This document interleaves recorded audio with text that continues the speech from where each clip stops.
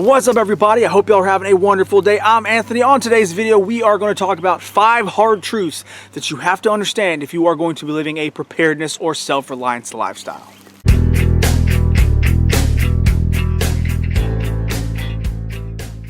That's right, today we're going to be talking about 5 hard truths of the self-reliance or preparedness lifestyle. Now keep in mind, this is not the only hard truths. There are plenty of them, but these are the top 5 that came to mind when I actually thought about it to sit down and do this video. So without further ado, let's go ahead and get started. All right, so number 1, this one is very important, one of the most important. That's why I'm putting it at the top of this list. But you only have so much room to store things, all right?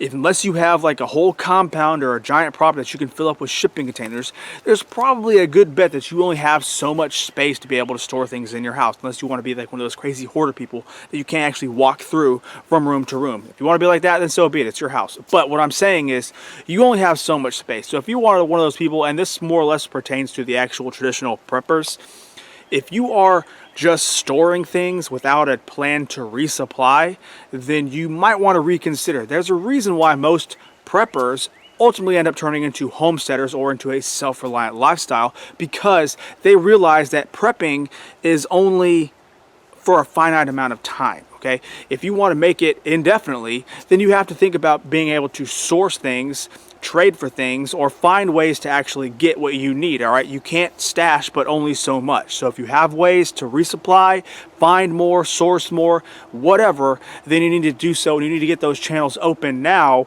if you're really considering doing this. One more thing I have to add: everybody who's been doing this for any length of time has run into one of the biggest problems mankind has faced throughout our entire existence: vermin getting into your food stores. Okay, so yes, you can store as much food as you possibly want to, but you will run into vermin problems. You will run into mice, rats, whatever, trying to eat your stores. If you haven't already, you will, trust me. So if you're only considering storing things with no plan, you're only giving yourself this much time to survive whatever scenario you may be preparing for.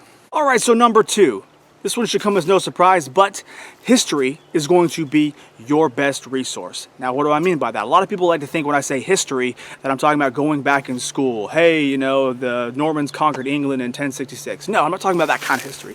I'm talking about your local history, okay? So when it comes down to it, if you want to live this lifestyle, this self-reliance, grow your own food, maybe survive without electricity, you have to know how to do that in your local climate. Now, certain places are going to be harder than others, which is why it's going to be very good for you to go to your library and read how people in your area did it before you, okay?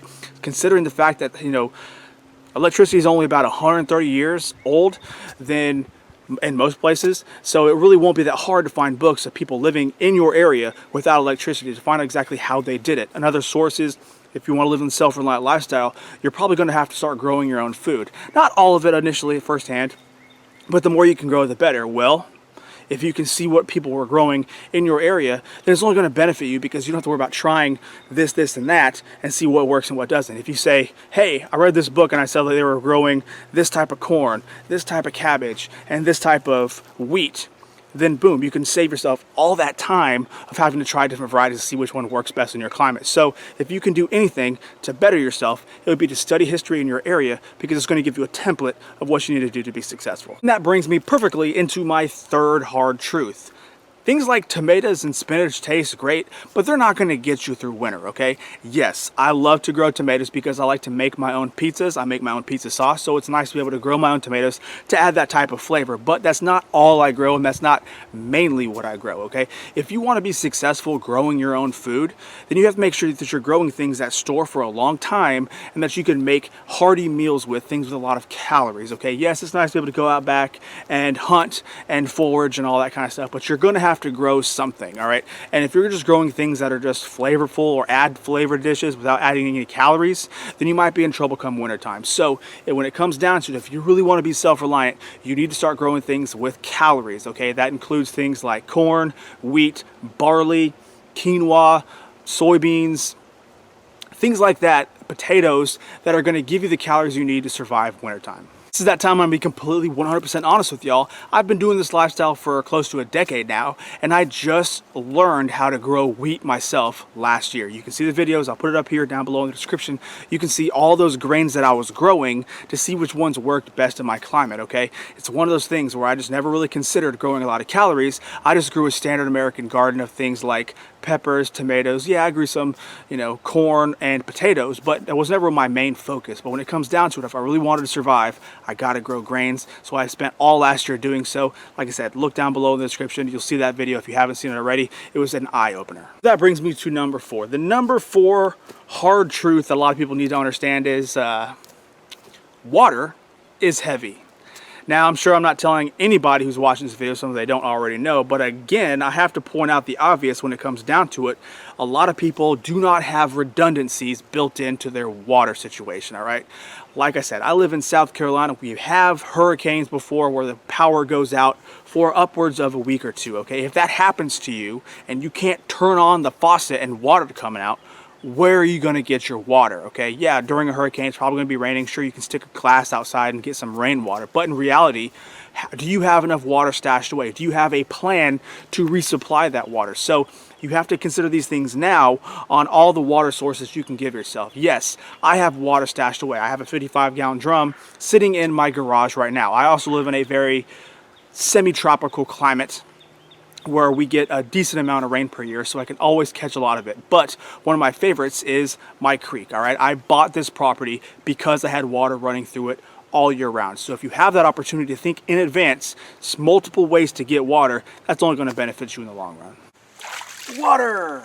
So yes, I'm going to go ahead and repeat it. Water is heavy. You don't want to be that person who didn't have a plan and has to walk with a bucket or 2 buckets miles to the closest water source. All right, and my 5th and final hard truth of this video is going to be the real homesteaders, real survivalists of their time in my area especially, died younger than others. All right, there's a reason for that, because you are working literally from sun up to sundown. You might have a small break in the middle of the day in the summertime because it's just too hot to do things outside, but most of the time you're going to be outside working. Okay, that is the reality of surviving self-reliant in my climate. But there is one advantage that you can consider if you are trying to do this as a lifestyle.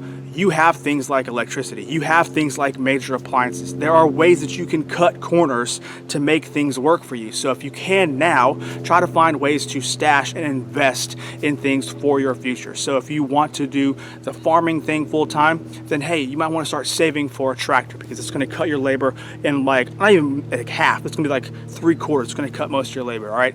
Consider also maybe getting milling equipment if you want to mill your own grains, because I can tell you point blank from growing my own wheat, yeah, it's pretty easy to plant wheat in the ground and let it grow, but when it comes down to actually cutting it, threshing it, winnowing it, and then finally having your grain, that's a lot of freaking work. So if you can come up with a machine to help you do that quicker, then by all means do that. It's going to be much, much better for you and your family. So if you can consider ways that you can think about that now to try to take care of those checks and balances while you have the time, then by all means go ahead and do that, because like I said, this lifestyle is not for the person who's afraid of work. You are going to be working regardless, especially if you have things like livestock. So think of all the ways that you can cut time, use those, implement that, so you can be as successful as possible without breaking your back in the long run. All right, so that is my list of 5 hard truths if you want to live the self-reliant preparedness lifestyle. I know there are plenty more. I left a whole bunch of meat on the bone, so if you want to put down in the comment section some of the ones that you think about, then by all means go ahead and do so. I'm also leaving it open to VRs if you would like to do that. But there are a lot of things that people don't understand when it comes down to this lifestyle. A lot of people see it because they're working in a cubicle 40 hours a week, and they just say, I really want to go live like that. I want to do this. And they see this romantic, rosy-eyed, like rosy glasses look of it as, hey, this is something I want to do. It's not for the faint of heart, okay? This is one of those things where you really have to commit if you want to do this. So if you have made that commitment and you are doing it right now and you've come up with your own list, by all means, put them down below in the comments. I would love to read them. But if you like this video at all, please do me a humongous favor and give me a thumbs up. It absolutely helps me out, and I would very much appreciate it. Subscribe, and I'll catch y'all later, okay?